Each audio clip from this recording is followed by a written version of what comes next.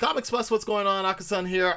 We are just ranting and raving here on Twitch, and the whole topic about the new Flash movie and the Flash behind the scenes shots came out. So this is a spoiler warning. Spoiler warning for those that have not don't want to be spoiled. But this should it's all over the internet here. Here is Supergirl. This is Supergirl. We got Sasha Calais as Supergirl. It's probably going to be, it's some sort of revisioning of not necessarily Flashpoint, but it's the Supergirl, like the child, maybe the child of Superman and Wonder Woman, or Superman and Lois.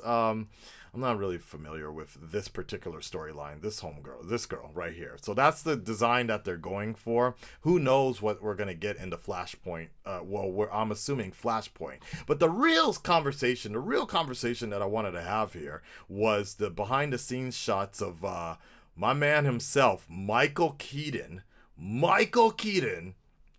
Bruce Wayne, mad ass looking like old man Bruce Wayne, back, very much so, as Rip Jerome, this dude, pointed out. Really looks like Batman Begins, sort of Michael Keaton. I mean, this is what we've wanted. This is what we've wanted for a long time, dude. Like, people have been asking for old man Michael Keaton, old man Bruce Wayne, it may not be a Batman Begins movie. It may not be it may not be a Batman Beyond movie, but it's pretty damn well close. I mean, I'm with it. I'm with it.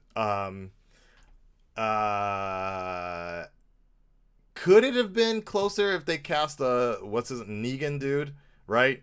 Jeffrey Dean Morgan, maybe, but that's more or less the Snyderverse, and as we all know, WB is gradually trying to move on from that world. So we have Ezra Miller bulked up, doing his thing as well. And the thing I was just gonna talk about with you guys really quickly was something about this scene reminded me so much of the original Batman 1989 movie, where the mob bosses are having their own little powwow, or they're doing a press announcement.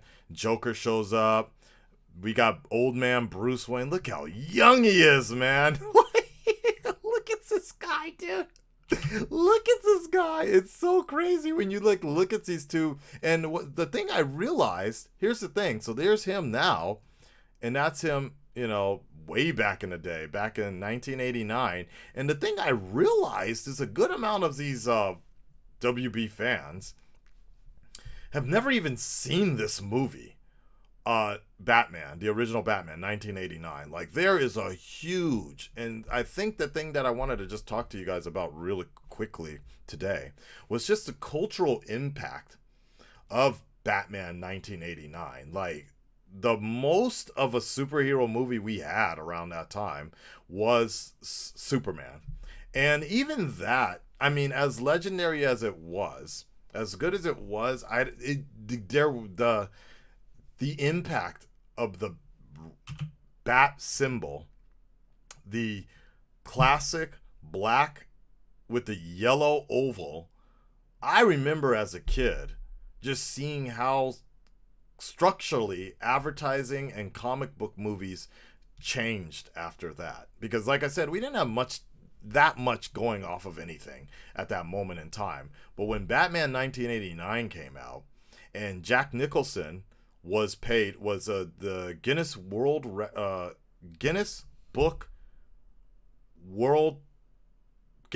Record holder for the most money an actor was ever paid at that time. I think it was $60 million, which is a lot of money back then.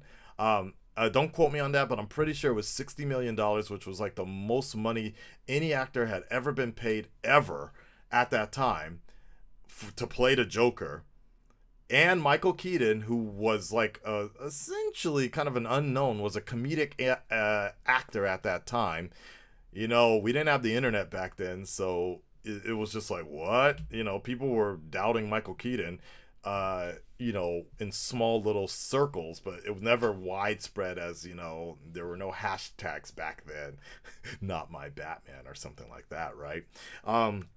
But this was such an impact to with these two coming together, and Kim Basinger as well, who was probably next to Jack Nicholson, was probably the highest, the bigger, the second biggest actor or actress in this movie. Now that I think about it, yeah. I mean, you had Billy D. Williams in there as Harvey Dent, bringing in some of the Star Wars fans, but that was basically it, man. I mean, it was honestly all riding on Jack Nicholson, I think, to bring in the people, but then Michael Keaton sold so many people on his portrayal of Batman, and it was a very interesting thing because I know when reflecting on it now, there were canonly there were certain parts about Batman that didn't match or didn't meet. Behind the scenes, this entire just something to keep in mind. Warner Brothers put in a lot of money for this. This scene right here, this isn't even a real place. This was a set that they built on a backlot somewhere. They created an entire city, Gotham City, to meet what Tim Burton was trying to imagine. And I think that's one of the reasons why this movie has such an impact to this day. You go to Magic Mountain, Six Flags Magic Mountain in California, the entire backlot of Gotham still looks not like the Nolan movies, which is Chicago, not like Snyder's, I guess that was Gotham, which, that's that. But it still looks like the 1989 Batman, and it even has the music, everything. It was this started something for so many people. Forgive me, but the composer, forgot his name. That was when I first really was introduced to him. So for me, everything else that he's done since then, Men in Black, Spider-Man, for me, I've always just still heard hints of Batman. So this was beautiful. I mean, this was a Bruce Wayne that gave no fucks, dude. He literally was so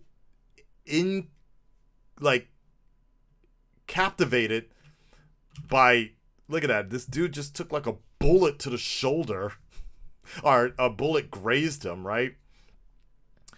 His jacket, he didn't get hit. I'm pretty sure he didn't get hit, but his jacket got that was such a cool thing, and he just was so focused on his what he thought was his killer of his parents, which I guess in this universe was true.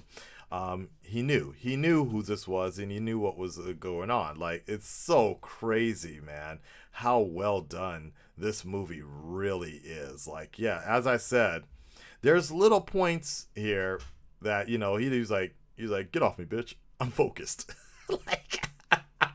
Even did the Batman neck turn at that point, dude.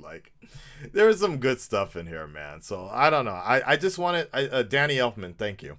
I just wanted to let you guys know my appreciation for Batman 1989, and happy anniversary to Batman and Robin, even though we don't want to admit it. But just letting you guys know, Red Red Nation, stand up, speak up. Let me know what you guys think about this. It just reminded, this particular behind the scenes shot of the Flash movie reminded me so much about Batman 1989. And honestly speaking, they may intentionally be doing the same sort of thing, because it looks like Barry Allen is having some sort of press sort of news thing on the steps, and probably the Joker role will be the Supergirl.